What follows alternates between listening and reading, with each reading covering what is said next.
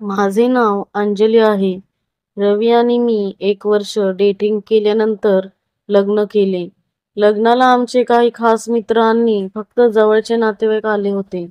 रवीलाही तेच हवे होते. लग्न शॉर्ट आणि सिंपल व्हावे अशी त्याची इच्छा होती. आम्ही इथे पुण्यात राहतो, तर रवीचे आई वडील गावीच असतात. रवी त्यांच्या आईबाबांचा एकुलता एक मुलगा आहे. रवी फारसा कधी गावी जात नाही. जेव्हा कधी त्याच्या आई बाबांना आम्हाला भेटायचे असते, तेव्हा ते इथे पुण्यातच येतात. लग्नानंतर मी माझी नोकरी सोडून हाऊसवाईफ बनले आहे आणि घराकडे पूर्ण लक्ष देत आहे. आम्ही नुकतेच येथे एक छोटेसे घर देखील घेतले आहे. आमचे घर रस्त्याच्या कडेला आहे. खिडक्यामधून रस्ता दिसतो. आमच्या स्वयंपाकघराच्या खिडकीतूनही रस्ता दिसतो. रवीची ऑफिसची वेळ सकाळी 9 आणि त्यामुळे त्याला मी सकाळी लवकर ऑफिसचा टिफिन बनवून देते. सकाळी सकाळी स्वयंपाक करत खिडकीच्या बाहेरची वर्दळ बघणे हा माझा नेहमीचा छंद झाला आहे. गेल्या 2-3 दिवसांपासून आमच्या खिडकीच्या बाहेरच्या रस्त्याच्या पलीकडे साधारण 30ची एक मुलगी मला दिसते आहे. छान गोरीपान सुंदर. ती रस्त्या पलीकडे उभी राहून सारखी आमच्या घराकडे पाहत असते. पहिल्यांदा मला वाटले की उभी असेल कोणीची तरी वाट बघत, म्हणून मी त्याकडे दुर्लक्ष केले. पण परत तेच तेच होऊ लागले. मग मला वाटले की तिच्याशी जाऊन बोलावे. कदाचित ती आमच्या घराला दुसऱ्याचे घर समजत असेल. मी रवीला सांगायला गेले तर तो झोपला होता. मग त्याला न उठवता मी खाली गेले आणि रस्त्या पलीकडे त्या मुलीच्या थेट समोर जाऊन उभी राहिलो. तिला विचारले, "ताई, कोण तुम्ही? तुम्हाला काही मदत हवी आहे का? तुम्ही आमच्या घराकडे पाहून कोणाला शोधत आहात?" यावर ती घाबरून म्हणाली, "रवी इथेच राहतो का?" मी म्हणाले, "हो, पण तुम्हाला कसे माहीत? तुम्ही त्याला ओळखता का?" हे ऐकून ती घाबरली आणि घाईघाईत तिथून निघून जाऊ लागली. मी तिला मागून हाक मारत राहिले, पण मागे देखील वळून न बघता ती तिथून निघून गेली. मी परत आल्यावर रवी जागा झाला होता. "मी कुठे गेले होते?" असे त्याने विचारले. मी त्याला झाला सगळा प्रकार सांगितला. हे ऐकून रवीचा चेहरा फिका पडला. मी त्याला हेही सांगितले की तिलाही तुझे नाव माहीत होते. "कोण होती ती?" "काय रे, कोण होती ती? ती तुला कशी ओळखते?" हे ऐकून रवीला राग आला. तो म्हणाला, "अगं वेडी आहेस का तू? मला कसं माहीत असेल?" पण रवीच्या चेहऱ्यावरचा बदललेला रंग पाहून मला आश्चर्य वाटले. पण ह्या विषयाला जास्त हवा न देता तो विषय आम्ही तिथेच थांबवला. परत रात्रीपर्यंत आम्ही याच्यावर काही बोललो नाही. दुसऱ्या दिवशी सकाळी उठले तेव्हा रवी आधीच उठून मला न सांगताच कुठेतरी बाहेर गेला होता. किचनमध्ये गेल्यावर बघितले तर रवीने किचनची खिडकी घट्ट बंद करून घेतली होती. कशाला लावली रवीने ही खिडकी असा विचार करत खूप प्रयत्न करून मी किचनची खिडकी उघडली. खिडकी उघडली तशी आपसुकच माझी नजर खाली रस्त्यावर गेली. रस्त्या पलीकडे रवीला त्या कालच्याच मुलीशी बोलताना पाहून मला आश्चर्य वाटले. तो त्या मुलीवर रागवत होता आणि तिच्याशी ओरडून बोलत होता. ती मुलगी बिचारी रडत रडत हात जोडून काहीतरी सांगत होती. पण रवीने रागवत तिला बोट दाखवून निघून जायला सांगितले. काय चालले होते ते मला समजत नव्हते. शेवटी वैतागून मी खिडकी बंद केली. थोड्या वेळाने रवी घरी आला. मी त्याला विचारले, "कुठे गेला होतास रवी?" "हे काय खालीच गेलो होतो ब्रेड आणायला." हातातील ब्रेडचा पुडा टेबलावर ठेवत रवी म्हणाला, "जणू काही झालेच नाही असे." रवी वागत होता. त्याने खाली झालेला प्रकार मला अजिबात सांगितला नाही. मीही त्याला काही बोलले नाही. पण आता माझ्या मनात चित्रविचित्र विचार येऊ लागले आणि ते साहजिकच होतं. रवी माझ्यापासून काय लपवत आहे?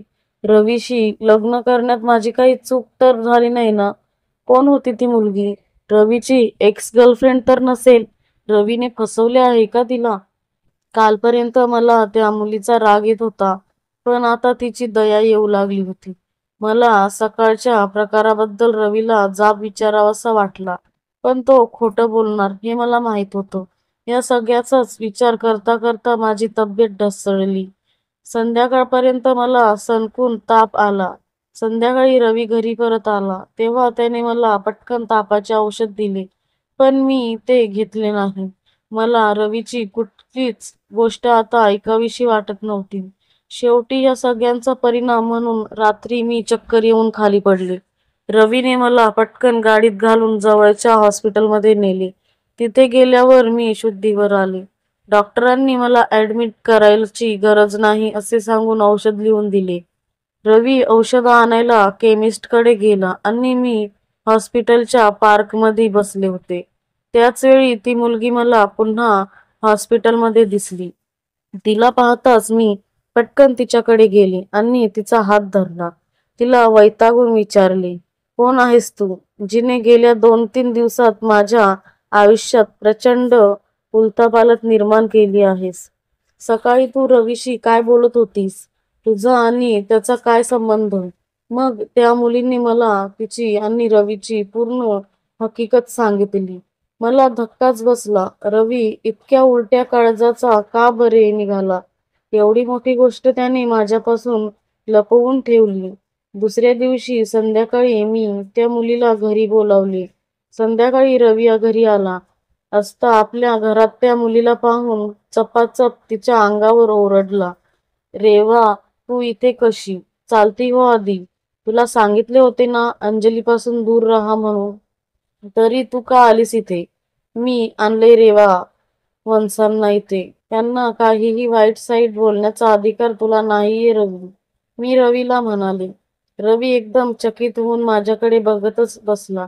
मी म्हणाले, हो रवी, मला सगळे माहीत पडले आहे. किती कठोर आहेस तू, लाज वाटते मला तुझी. रेवाताई तुझी सख्खी बहीण असून देखील तुला तिच्याबद्दल जरा देखील माया नाहीये का? खरं तर रेवा ही रवीची सख्खी बहीण होती. 2 वर्षांपूर्वी तिने पळून जाऊन लग्न केले होते. तेव्हापासून रवी आणि त्यांच्या आईबाबांनी रेवाशी सगळे संबंध तोडून टाकले होते. इतकेच नव्हे तर मला देखील तिच्याबद्दल काही सांगितले नव्हते. काल मला रेवाताई हॉस्पिटलमध्ये दिसली तेव्हा तिने मला सगळी हकीकत सांगितली. आता रेवाताईचा नवरा हॉस्पिटलमध्ये ऍडमिट होता. त्याचे हार्टचे ऑपरेशन होते आणि त्यासाठी तिला 5 लाख रुपयांची गरज होती. म्हणून ती रवीला मदतीसाठी भेटली होती. पण रवीने तिला पैसे देण्यास नकार दिला आणि तिला उलट तिथून हाकलून दिले. रेवा ताईची कहाणी ऐकून मला फार वाईट वाटले. मी रात्रीच 5 लाख रुपये तिच्या अकाउंटमध्ये ट्रान्सफर केले आणि तिला दुसऱ्या दिवशी संध्याकाळी घरी बोलावले. मी रवीला म्हणाले, इतका कसा रे तू निर्दयी झालास? झाले गेले सगळे विसरून तू रेवाताईशी समेट का करत नाहीस? अरे कितीही झाली तरी ती तुझी सख्खी बहीण आहे. ज्या माणसाला स्वतःच्या बहिणींचे अश्रू बघून दया येत नाही त्या माणसात माणुसकीच शिल्लक नाही. मला अगोदर माहित असते की तू इतका कठोर आहेस तर मी तुझ्याशी कधी लग्नच केलं नसतं. माझे बोलणे ऐकून रवीला वाईट वाटले. त्याच्या डोळ्यातून अश्रू वाहू लागले. तो ढसाढसा रडू लागला आणि रडत रडत तो म्हणाला, रेवाताई मला माफ कर. मी तुझ्याशी असे वागायला नको होते. पण आम्ही तुला खूप लाडाकोडात वाढवले होते. एके दिवशी तू कुणालाही काहीही न सांगता घरातून पळून गेलीस. अगं तुझे प्रेम होते तर आम्हाला कमीत कमी विश्वासात घेऊन सांगायचे तरी होते. पण तू पळून गेलीस आणि आम्हाला एकदम आमचा विश्वासघात झाल्यासारखे वाटले. गावात आपल्या कुटुंबाची खूप बदनामी झाली ग. म्हणून आम्ही ठरवले की आता तू आमच्यासाठी मेलीस. पण आता झाले गेले गंगेला मिळाले. मला एकदा माफ करून बघ. मी आईबाबांना पण समजावेन. ही वेळ परत येऊ देणार नाही. आमचेही चुकलेच. रवीला रडताना पाहून रेवा ताई देखील रडू लागली. त्या दोघा भाऊ बहिणीला रडताना पाहून माझे डोळे देखील भरून आले. पण आता त्याच्यातील सर्व तक्रारी दोघांच्या अश्रूंनी संपवल्या होत्या. मग रवी स्वतःच रेवाताईला घेऊन हॉस्पिटलमध्ये गेला. त्याने आईबाबांनाही फोन करून पुण्यात बोलवून घेतले. त्यांना समजावले. दोघांनीही आपल्या मुलीला मोठ्या प्रेमाने मिठी मारली. आता रेवाताईच्या पतीची प्रकृती चांगली आहे. देवाकृपेने आमचे सगळ्यांचे आयुष्य आता सुखी झाले आहे. तर मित्रांनो, तुम्हाला ही छोटीशी कथा कशी वाटली ती कमेंट करून नक्की कळवा. आणि असेच नवीन नवीन कथा ऐकण्यासाठी चॅनलला सबस्क्राईब करा. धन्यवाद.